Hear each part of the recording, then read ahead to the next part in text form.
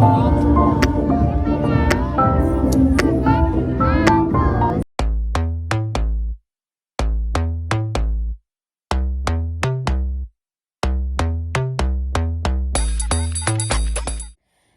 Everyone, कैसे हैं आप सब लोग। आई होप कि आप सब लोग बहुत ही अच्छे होंगे। स्वागत है आप सबका मेरे यूट्यूब चैनल वेलकम टू खुशी वर्ल्ड में। मैं हूँ रेनू और आज मैं थोड़ी सी अजीब सी लग रही हूँ ना। हाँ, क्योंकि मैंने काजल नहीं लगाया है और काजल ना होता है, मेरी आईज ब्लैक ब्लैक हो रही है काजल की वजह से।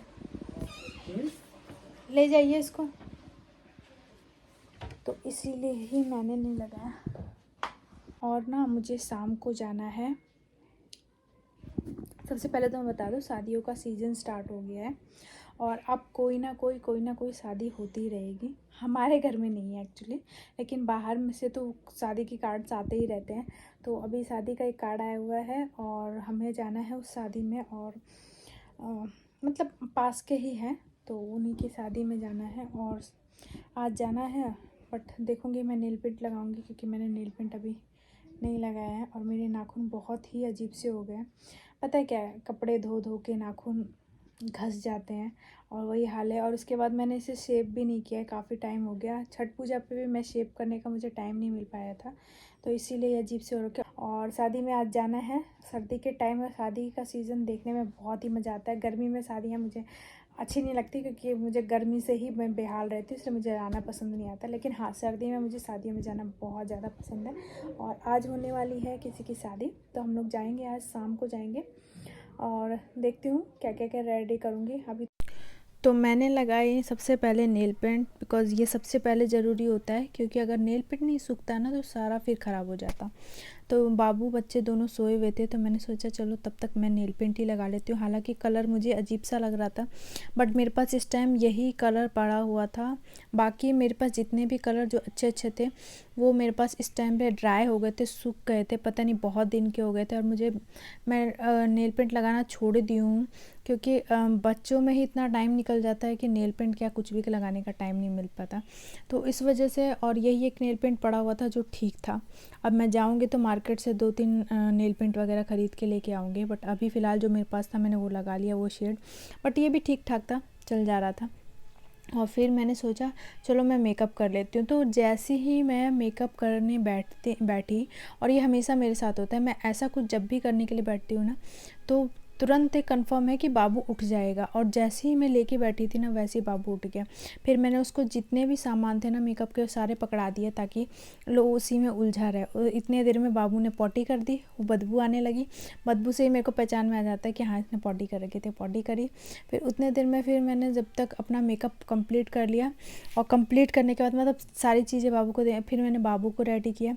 बाबू को रेडी करने के बाद अब बारी थी आदू की। और आदू में ना मुझे बहुत कन्फ्यूज़न होती है गाइस। लड़कियों की जो रेड ड्रेसेस होती है ना उसे चूज़ करने में बहुत टाइम लग जाता है कि क्या पहना है क्या ना पहना है। फिर मैंने बाबू की ये ड्रेस, आदू की ये ड्रेस सिलेक्ट की जो मेरी मम्मी ने बनाई है, जो फ्रॉक टाइप की, बहुत सुंदर है, ऊन का, और सर्दी के लिए बेस्ट है। तो मैं इसे सर्दी में ये वाला पहनाई हूँ। और इतने देर में जब मैंने आदू को रेडी किया, और सबसे पहले मैंने आदू की जो चोटी थी ना बहुत मतलब प्रिटी सुंदर सी बनाई थी, वो मैं आपको दिखाऊंगी।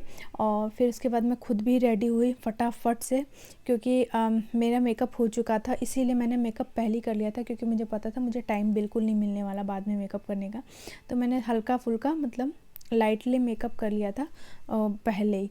और मेकअप करने के बाद फिर बाकी जो चीज़ें थी, साड़ी वगैरह पहनने। और मैं जब भी कुछ करती हूँ ना तो सबसे पहले मेकअप कंप्लीट करती हूँ, उसके बाद कोई दूसरी चीज़ें करती हूँ। उसके बाद फिर मैंने अपनी चूड़ी पहनी। बाकी मुझे गले वाले का कुछ मतलब पहनना था, फिर मैंने सोचा चलो हल्का पहन लेती हूँ। तो सर्दी का टाइम है, ऊपर से बच्चों को भी संभालना होता है ना, तो फिर प्रॉब्लम हो जाती है, क्योंकि बच्चा ना जो गले में का जितनी भी अगर कोई हैवी पहनो ना तो बच्चा खींचने लगता है। तो मेरा बाबू की भी आदत यही है कि गले में अगर कुछ हैवी पहन लो ना तो पक्का है कि उसने खींच खींच के ख़राब कर देना है। तो मैंने इसमें इस बार हल्का ही सा पहना था, और ये क्यूट सा मंगलसूत्र पहना था। बस इतना ही पहना था क्योंकि भारी मैं पहन नहीं सकती थी। और फिर मैंने चूड़ियाँ मैच की। हालांकि चूड़ियाँ और भी रखी हुई थी बट मैंने ये वाली मैच करके जो भी जैसी थी उसे कंप्लीट कर लिया और ये लुक मेरा हो गया कंप्लीट। आप सब लोग को कैसा लगा मेरा ये लुक मुझे कमेंट करके ज़रूर बताइएगा। और गाइज ये जो साड़ी है ना, ये साड़ी मेरी शादी की साड़ी है, मतलब मेरी शादी में मैंने विदाई जब मेरी हुई थी वो इसी साड़ी में हुई थी।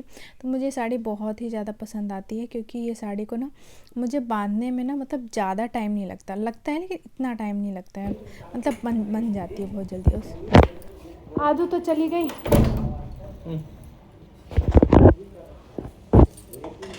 ठीक है ना हम लोग।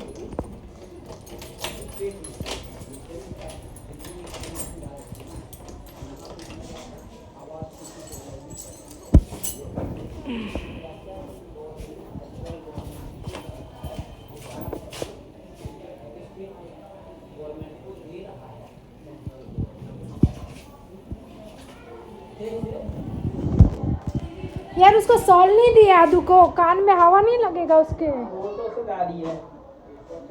फिर भी पकड़िए बाबू को, पकड़िए। नहीं लेके गए तो इसके कान में हवा लगेगा। इसको सॉल उठा लीजिएगा, मैं इसको दुपट्टे से ढक लूँगी, ठीक है। और सर्दी में ना शादियों में जाने में तो मतलब आने जाने में ना थोड़ी परेशानी तो हो जाती है। शादी में मज़ा तो बहुत आता है लेकिन ना आने जाने की परेशानी हो जाती है। अब मैं ना आदू को टोपी पहना देती ना तो उसके हेयर स्टाइल ख़राब हो जाता, फिर उसके बाद तो सब जितनी मेहनत थी सब ख़राब हो जाती। तो इसी वजह से मैंने उसको ये मतलब एक सॉल उड़ा लिया था ताकि उसको हवा ना लगे कान में, और कान में हवा लगती तो फिर दिक्कत है। बाकी तो मैंने उसको कवर कर रखा था पूरी तरीके से।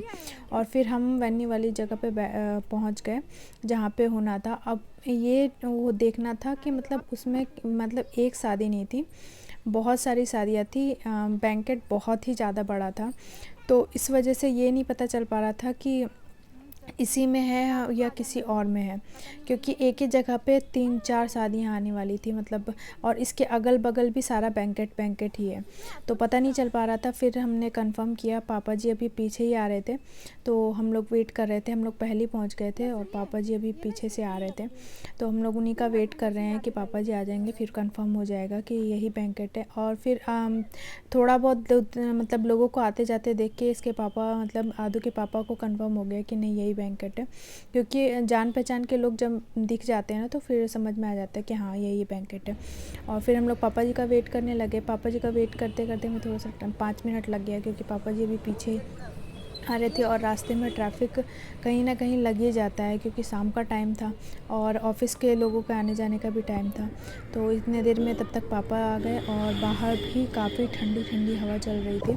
हालांकि अंदर जाने के बाद हम लोग को नहीं पता चल पाया कि इतनी ठंड है भी कि नहीं है, क्योंकि बिल्कुल भी ठंड नहीं पता चल रही थी अंदर, क्योंकि और बाहर की साइड तो थोड़ा बहुत जहाँ भीड़ होगी वहाँ तो भाई ठंड पता नहीं चलेगी, लेकिन जहाँ खुली जगह होगी वहाँ पे तो इसीलिए मैं बाबू को पूरी तरीके से कवर करके लाई थी।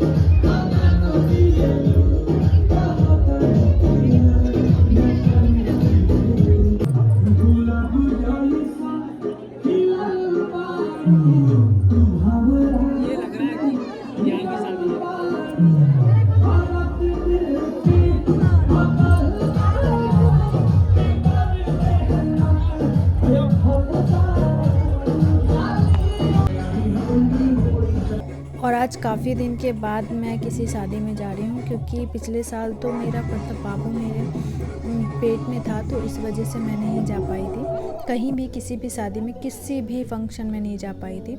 और उसके बाद ये उससे भी पहले मम्मी जी वो हुई थी तो फिर उस वजह से मैं कहीं पे भी नहीं गई थी किसी भी मतलब शादी पार्टी में कहीं पे भी नहीं। उसके बाद बाबू की वजह से नहीं जा पाई। उसके बाद इस साल मैंने सोचा था मैं किसी ना किसी शादी में तो ज़रूर जाऊंगी, बिकॉज़ मेरा बहुत मन कर रहा था। काफ़ी दिन हो गए थे किसी शादी में गए हुए, और फाइनली आज वो शादी मिल गई। और आज मैं शादी में आई, किसी शादी में, तो बहुत अच्छा लगा। किसी शादी में आके कभी कभी अच्छा लगता है, मतलब मूड होता है कि हाँ कभी कभी हम घूम लें या कुछ कहीं फिर किसी फंक्शन को अटेंड कर लें। और यहाँ पे काफ़ी मतलब पापा जी के जानकार भी आए थे। मैं तो यहाँ पे किसी को नहीं जानती थी।